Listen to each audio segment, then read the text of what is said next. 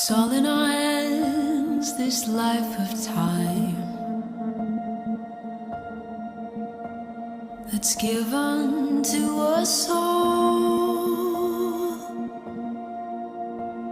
It gathers round each night, each morn. We watch it pass and grow. It is all in our hands, it is all in our hands.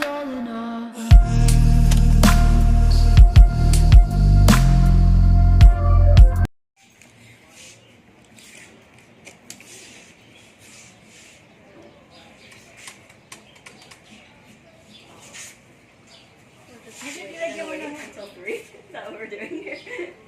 No. Follow up.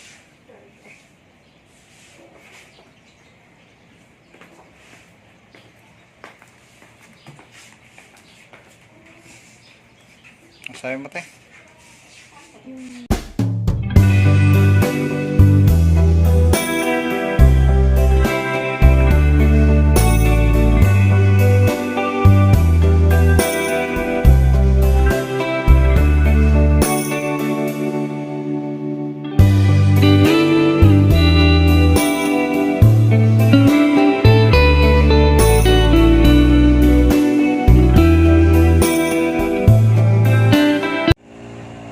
Karamihan nga po ng bahay dito sa Rizal, galing pa po sa iba't ibang probinsya dito sa Pilipinas. Maingat po siya itong ginigiba ng pira-piraso. Tapos dito rin siya inasay po at pinupo sa loob ng Las Casas. Sa ngayon, meron pong total na 63 na mga bahay dito sa Rizal. 41 po doon, mga original. Yung 22, replica na lang po sa mga arket. Kaya nga po natin pinakulaan niyo po, replica po.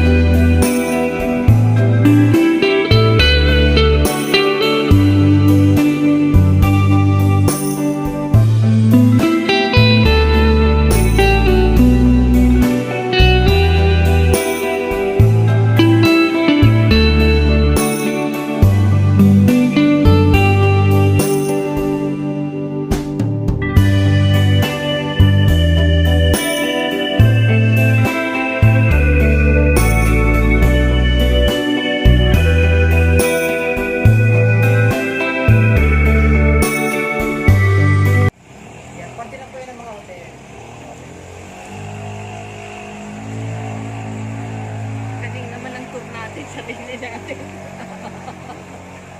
First business mo. Kung naalagaan daw tayo ingatan yung mister sa Pinang Manila. Ganito sana. Ay, may pero muna sa kaliwa. Pagdating tayo. Dito naman tayo. Parang blueprint lang. Yung plano po na yun, dito na lang po tinapos ni Mr. Kusan. Kaya ito po yung nakasita o tea house. Ayan. Maganda po lang tulay o.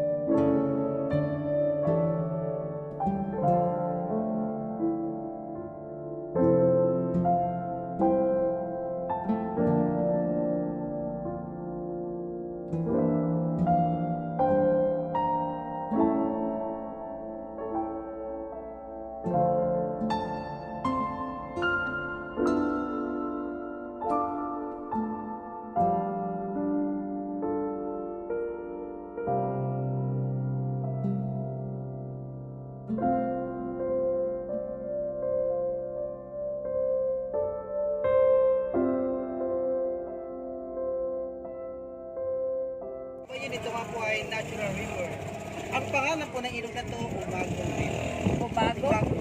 Pero dati po maliit lang po siyang ilog, pinalaki na lang. At kumukonekta din po ito sa dagat kaya po nag-highlight ang lulutay. Gano'n. Yan, parte na po yung dagat na ng West Philippine Sea. Pero hindi na po tayo aabot doon, maalo na po doon natin. Sige, kwento ka lang ha.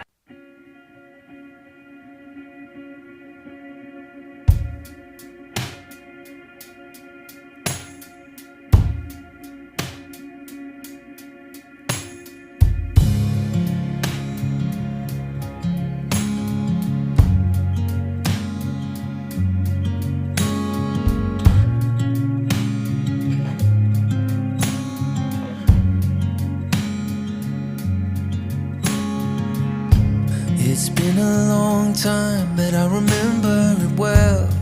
Just like the photo we keep on the shelf. Oh, we were young, oh, we were young. Now 10 years have passed and we're still locked in time.